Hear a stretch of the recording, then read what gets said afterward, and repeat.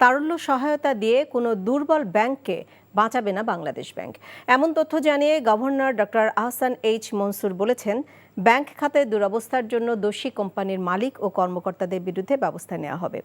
মঙ্গলবার ব্যবসায়ী নেতাদের সাথে বৈঠকের পর এসব কথা বলেন তিনি। বৈঠকে ব্যবসায়ী নেতারা ব্যাংক লুটেরাদের বিরুদ্ধে কঠোর ব্যবস্থা নেওয়ার দাবি জানান। হাসানুল শাওনের রিপোর্ট। নতুন গভর্নরের সাথে বৈঠক করতে মঙ্গলবার বাংলাদেশ ব্যাংকে যান ব্যবসায়ী নেতারা। ঘণ্টাব্যাপী বৈঠকে বর্তমান প্রেক্ষাপটে ঋণের কিস্তি পরিশোধের সময় বাড়ানোর অনুরোধ জানানো হয়।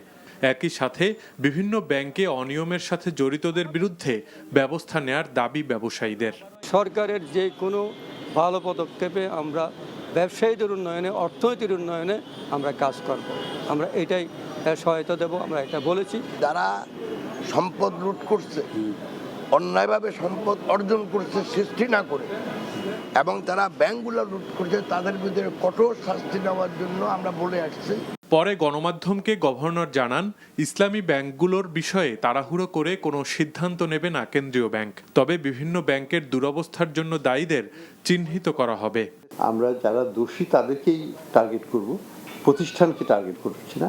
যারা প্রতিষ্ঠানের কর্মকর্তা, মালিকও হতে পারেন, যদি তারা যে কোনো কারণেই খারাপ কিছু করে থাকে, সেটা আইনগতভাবে সেটার ব্যবস্থা হবে।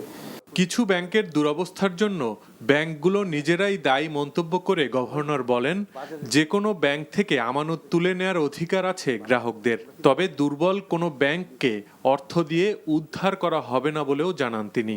ডিপোজিটাররা তাদের টাকা যদি উইথড্র করে, সেটা রাইট তাদের আছে, সেটা নিয়ে সরকার সেখানে কোনোদিনও হস্তক্ষেপ করবে না। সরকার যেটা বলতে পারে যে আমরা ওই ব্যাংকের জন্য কি করবো, আমরা এই পর্যায়ে ওই ব্যাংকের জন্য আমরা কিছু করব না। সবসময় উদ্ধার করাটা ঠিক নয়। ব্যাংকিং কমিশনগুলো হবে, এই দুর্বল ব্যাংকগুলোকে আমরা তখন হয়তো ভিন্নভাবে এদেরকে অ্যাড্রেস করে চেষ্টা করবো এদের সংখ্যা কমিয়ে ফেলতে।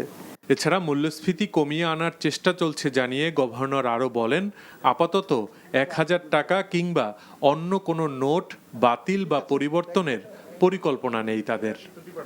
Hasanul Shaon, NTV news, Dhaka.